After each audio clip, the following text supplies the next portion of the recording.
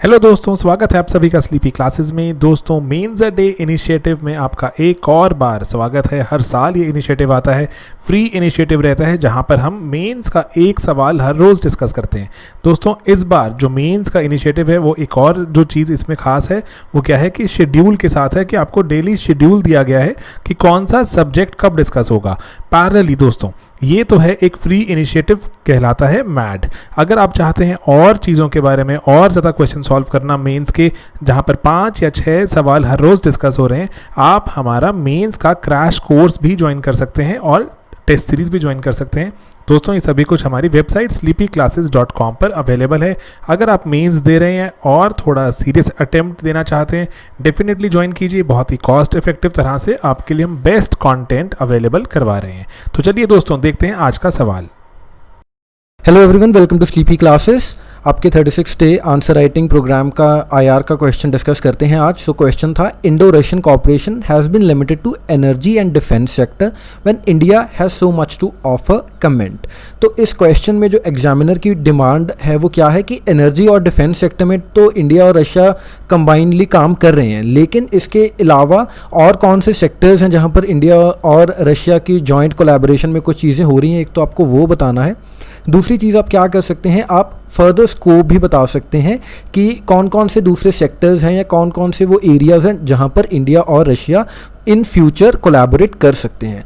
तो जो स्टार्टिंग में हम क्वेश्चन के इंट्रोडक्शन में क्या करेंगे, पहले जिस चीज़ को एग्जामिनर बोल रहा है, जैसे एनर्जी एंड डिफेंस की बात हो रही है, तो इसी चीज़ को हम रीअफर्म करेंगे इंट्रोडक्शन में। तो उससे थोड़ी कंटिन्यूटी बन जाएगी, एक बेस बन जाएगा आपके क्वेश्चन को लॉन्च करने का, आपके आंसर को लॉन्च करने का। सो आपकी introduction you can start in various ways. जो हमने मॉडल आंसर में किया वो क्या किया है कि ऑल्दो जो डिफेंस है वो स्ट्रॉन्गेस्ट लेग है हमारी बाइलेटरल कॉपरेशन का, है ना। इंडिया रशिया डिफेंस तो इतना ज़्यादा फेमसली हमारी जो हिस्टोरिक टाइज हैं सिंस 1970 वो डिफेंस कॉपरेशन के ऊपर ही मेजरली रिलाई करती हैं। तो इंडिया रशिया डिफेंस में तो आप कहीं भी कोई ऐसे नोक-झोंक नहीं कर सकते। सो उस चीज़ को रिलाय करते हुए उसी चीज़ के ऊपर कि इंडिया और रशिया की जो पार्टनरशिप है वो डिफेंस के ऊपर तो स्ट्रांगली डिपेंड करती ही है। उसके अलावा जो एनर्जी कॉपरेशन है वो भी अब सब्सटेंशियल पार्ट लेता जा रहा है दोनों ही कंट्रीज़ के जो बायलैटरल रिलेशंस है उनसे रिलेटेड, ठीक है। But there are several other areas as well, जैसे आपके पास कल्चरल टाइज हैं, trade, transportation, education, science and technology, space and civil, nuclear energy etcetera. तो इन सब सेक्टर्स में फर्दर हम कंबाइन कर सकते हैं। तो बेसिकली जो हमने आगे अपने आंसर में बतानी है चीज़ें, हमने यहाँ पर ब्रीफली उनके जो कीवर्ड्स हैं वो स्प्रिंकल कर दिए ताकि इंट्रोडक्शन में थोड़ा जो एग्जामिनर है वो एंगेज हो जाए, ठीक है जी। उसके बाद हमने क्या किया, पहला पॉइंट बताया इन्वेस्टमेंट में इंडिया और रशिया क्या कर रहे हैं। So eastern economic forum, recently ही इसका जो व्लादिवोस्टॉक में समिट हुआ था उसमें मोदी जी ने एक्ट फार ईस्ट पॉलिसी वगैरह भी लॉन्च की है हमारी, जिसमें प्राइम मिनिस्टर मोदी ने अनाउंस किया कि इंडिया $1 बिलियन की लाइन ऑफ क्रेडिट देगा to Russia for the development of this Far East region. तो ये रीजन जो है व्लादिवोस्टॉक वाली काफ़ी ज़्यादा एनर्जी रिच रीजन है, लेकिन इसमें कनेक्टिविटी के और डेवलपमेंट के दूसरे इश्यूज़ हैं। तो दैट इज़ वाई यहाँ पर बहुत मेजर स्कोप है इंडिया और रशिया को कंबाइन करने का। तो एज इन अ वे ये जो आपका पॉइंट है आप इसको फर्दर स्कोप में भी आगे लग सकते हैं, स्कोप फॉर एक्सपेंशन में भी। लेकिन अब क्योंकि इंडिया ने ऑलरेडी ये इन्वेस्टमेंट कर दी है तो हम इसको यहाँ पर कैटेगराइज कर रहे हैं कि देखिए सिर्फ आपके जो डिफेंस सेक्टर है या एनर्जी सेक्टर है उसी में नहीं, इंडिया और रशिया दूसरे एंगल्स पर भी इन्वेस्टमेंट्स कर रहे हैं, है ना। जैसे इंडिया इसमें जो डायमंड फील्ड है, कोल, गोल्ड माइनिंग एक्सेट्रा, इन सब में इंटरेस्टेड है। उसके अलावा India and Russia met that investment target of $30 billion by 2025 in 2017 itself. तो टारगेट था कि 2025 तक हम $30 बिलियन इन्वेस्ट करेंगे एक दूसरी कंट्रीज़ में, लेकिन 2017 में वे अहेड ऑफ इट्स गोल हमने अचीव कर लिया इसको, एंड अब हमने रिवाइज भी कर दिया है टारगेट। तो now the target is $50 billion by 2025, ठीक है जी। ये आपका एक पॉइंट हो गया। उसके बाद एजुकेशन की बात करते हैं।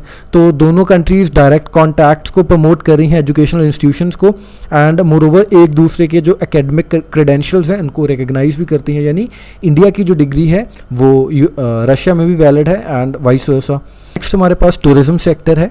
सो अगर हम 2017 के बाद देखें तो रशियन टूरिस्ट का नंबर काफ़ी ज़्यादा बढ़ा है इंडिया में, एंड इनफैक्ट अगर हम जो सोर्स ऑफ फॉरेन अराइवल से देखें तो रशिया कम्स ऑन नंबर 8। तो दोस्तों ऐसे जो फैक्ट्स होते हैं ना, अगर आप अपने आंसर में rather than writing just a simple line के जी रशिया से बहुत सारे टूरिस्ट आते हैं इंडिया में, अगर आप एक नंबर, एक कोई ऐसा फैक्ट कोट कर देते हैं तो उससे आपकी क्रेडिबिलिटी बढ़ जाती है आंसर की। जैसे अब हमने यहाँ पर लिख दिया कि 8th लार्जेस्ट सोर्स है फॉरेन अराइवल्स का रशिया टू इंडिया, है ना, तो इससे थोड़ा और ज़्यादा अहमियत बढ़ गई। ऐसे एग्जामिनर टेक्स पॉइंट कि भाई जो स्टूडेंट है वैसे सिंपली बस चीज़ें लिख नहीं रहा, उसको थोड़ी इन डेप्थ नॉलेज भी है, and look he is substantiating his argument with the fact. तो इसीलिए जो फैक्ट्स हैं वो भी इंपॉर्टेंट हैं। फैक्ट सिर्फ प्रीलिम्स के लिए मत याद रखिएगा, फैक्ट्स को आगे हम मेंस में भी यूज़ करते हैं, ठीक है। इसके बाद आपका स्पेस सेक्टर आ गया, तो इंडिया और रशिया जॉइंटली गगनयान मिशन पे कोलैबोरेट करके भी काम कर रहे हैं, हमारा जो मैन्ड मिशन है टू स्पेस, ठीक है जी। अब फर्दर स्कोप देखते हैं, एक्सपेंशन का कहाँ पर स्कोप है। तो हमारे पास आर्टिफिशियल इंटेलिजेंस की बात होती है, तो इंडिया और रशिया इंडस्ट्रियल आर्टिफिशियल इंटेलिजेंस को डेवलप करने में कोऑपरेट कर सकते हैं। उसके बाद एग्रीकल्चर सेक्टर की बात करते हैं। सो एग्रीकल्चर में वीट और जो बोवाइन मीट है, ट्रॉपिकल फ्रूट्स है, उनकी बहुत ज़्यादा डिमांड है रशिया में, तो इंडिया इसका एक्सपोर्टर बन सकता है। In fact India currently 1.9 million tons of buffalo meat export करता है। तो अगर सीधे इंडस्ट्री टू इंडस्ट्री या गवर्नमेंट टू गवर्नमेंट टाइज हो जाएं विद रशिया तो ऑब्वियसली दोनों कंट्रीज़ इसका बेनिफिट उठा सकती हैं। The third thing is connectivity. अभी जैसे हमने बात की, Vladivostok and Chennai sea route recently ही ओपन किया था, जो हमने ऊपर पहले एक्ट फार ईस्ट की पॉलिसी की बात की थी, तो उसी समिट में ये भी एक जो सी रूट है इसको अनाउंस किया गया था। एंड इसके अलावा इंडिया और Russia jointly international north south transport corridor उसके ऊपर काम कर रहे हैं ना, तो अगर कनेक्टिविटी बढ़ेगी तो ऑब्वियसली जो दोनों कंट्रीज़ के बीच में ट्रेड है वो बढ़ेगी एंड फर्दर दूसरे एवेन्यूज़ ऑफ कॉपरेशन इंक्रीज़ करेंगे। तो these are areas where India and Russia can expand. उसके बाद फार्मास्यूटिकल्स की बात करें अगर, तो इंडिया ने ऑलरेडी काफ़ी ज़्यादा रिसर्च की हुई है। फार्मास्यूटिकल इंडस्ट्री इंडिया की काफ़ी ज़्यादा अहमियत रखती है दुनिया भर में। तो इंडिया क्या कर सकता है, रशिया को as a production base use कर सकता है, वहाँ पर आप अपनी फर्म्स लगा सकते हैं, रिसर्च एंड डेवलपमेंट आप इंडिया में कर सकते हैं, ठीक है जी। तो ये कुछ एरियाज़ ऑफ एक्सपेंशन हो सकते हैं बिटवीन इंडिया एंड रशिया। अब टू सम अप, अब हमें जो पूरा हमने ऊपर आर्गुमेंट बिल्ड करे हैं, we have to tie them in a knot ताकि एक कंप्लीशन की सेंस आए।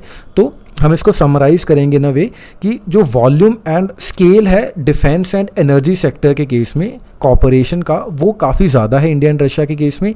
लेकिन आप अगर सिर्फ इन्हीं दो सेक्टर्स के ऊपर फोकस करेंगे एंड जो ऊपर हमने इतने सारे सेक्टर्स की बात की जहाँ पर इंडिया और रशिया जॉइंटली कोलैबोरेट कर रहे हैं, इतना बड़ा उतना धूमधाम से चीज़ें दिख नहीं रही, लेकिन हैं जो बैकग्राउंड में चीज़ें चल रही हैं, तो वो उनके साथ अनजस्ट होगा अगर आप सिर्फ डिफेंस एंड एनर्जी की ही बात करते रहेंगे।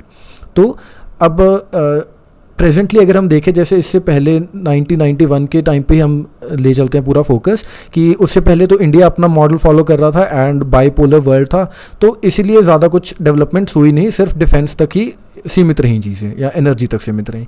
लेकिन उसके बाद इंडिया ओपन डेट्स इकॉनमी है ना, बट उसके बाद क्या हुआ, रशिया खुद काफ़ी ज़्यादा इकोनॉमिक सैंक्शंस वगैरह से और अपनी जो प्लेथोरिक साइज है उन सब चीज़ों से स्ट्रगल कर रहा था। तो that is why Russia was itself not in a very good position कि वो कोलैबोरेट करके हम कुछ नया बना पाते।